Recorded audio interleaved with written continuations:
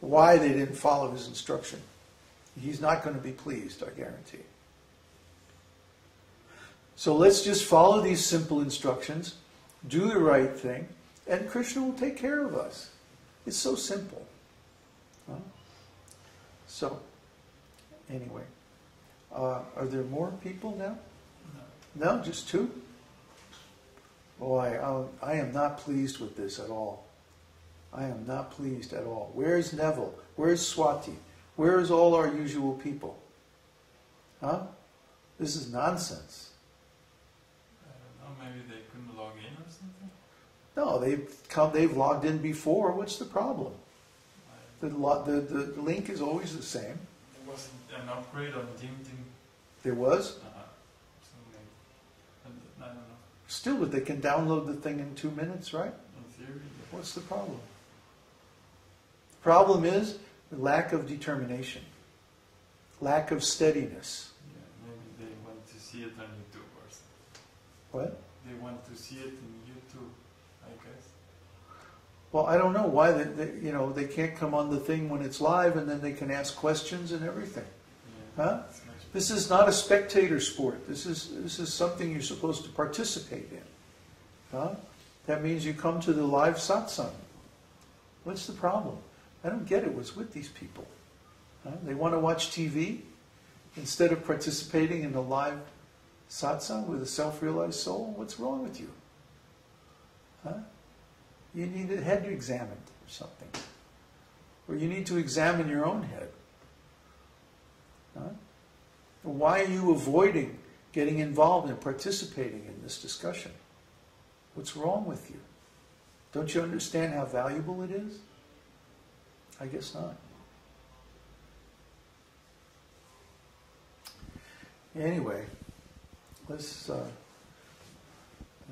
dance with the lion.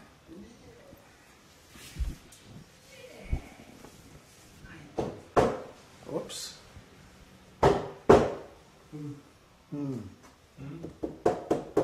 Put this out in the sun, please. And let's see if there's any questions. Boy, that really got flat. What? I'm not sure. Okay. No questions here? No questions. Oh boy. Any questions? Ah. I have a question on the community. Ah, good. There's one. I have lots of questions for that. Good. You have plenty of bits, you know. The issue on material existence being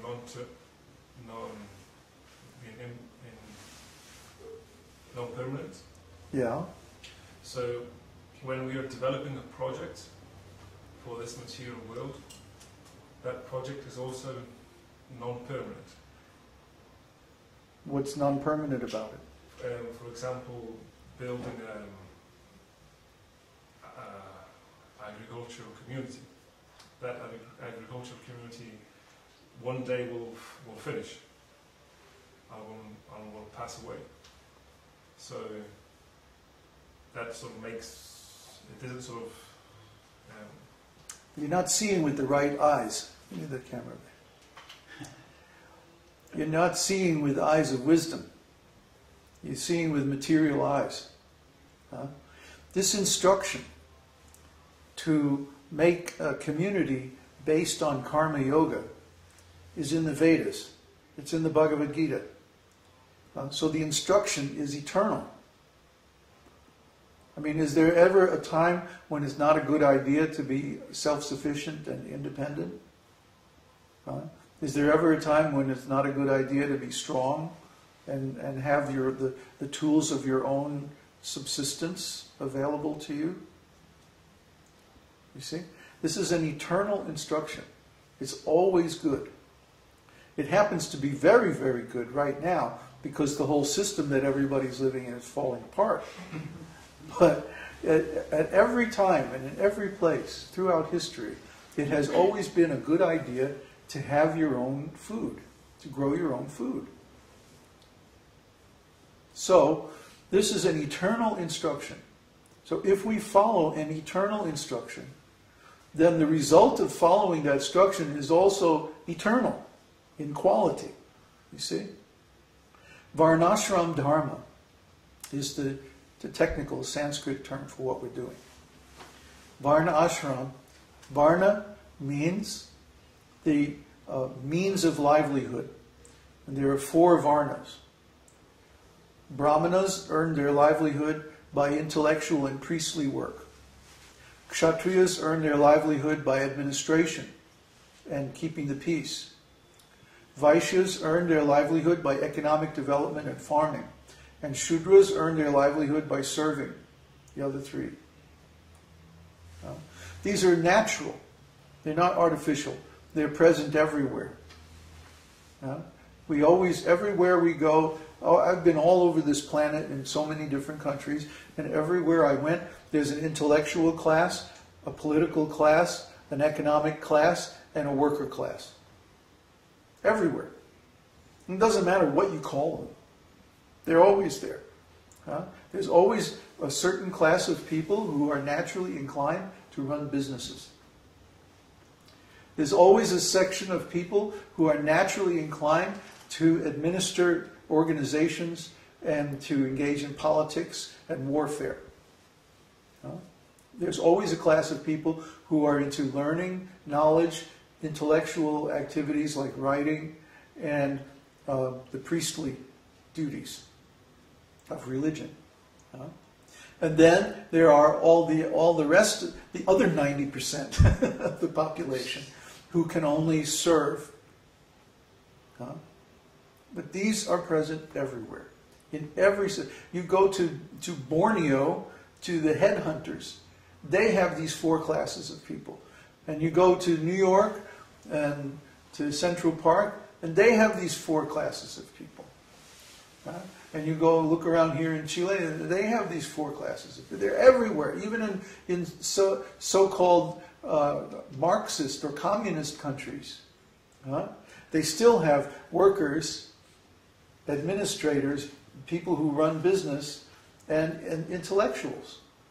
Even though they try to create a so-called classless, artificially classless society. But still, even though everybody is technically a worker, they do different kinds of work. So in our system of Varnashram Dharma, everyone is a servant. It's just that their service is of different kinds, depending on their ability, on their talents. So if we follow that system, then the results of our work in following that system are also of the same quality. You follow? It's just like if you say, well, how can you say that chanting is eternal? Because you have to start chanting at a certain point, and then when you finish your rounds for the day, then you stop again. So how can you say it's eternal? But the instruction or the principle of chanting is eternal. It's always a good idea. It's always appropriate. It's always a valid spiritual practice in any time and place. Therefore, chanting is eternal in its quality. Although the act of chanting may begin at a certain point or end at a certain point, the principle of chanting is eternal. So when you perform the act of chanting, that act has the same quality of eternality. And the same is true of this community based on Varnashram Dharma. A particular manifestation of the community may have a beginning and ending in time, but the principle of spiritual community is eternal. Just like the incarnations of the Lord may appear at a certain point and disappear at a certain point, but the Lord himself is eternal. Prabhupada gives the example of the sun. The sun rises at a particular point on the horizon. It's actually over here. And then it goes across the sky and it disappears at another specific place on the horizon. But the sun is always there.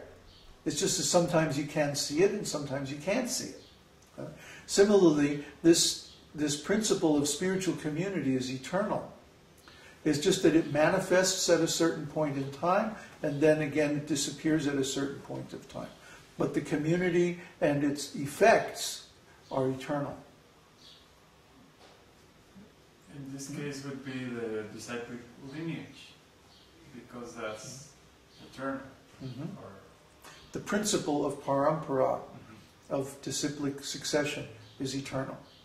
Even though I may not know anything about it in the beginning, and then when I meet my guru, I become initiated into the parampara at a certain time, a certain date, and then spend the rest of my life in service to the parampara. Still, the parampara itself is eternal.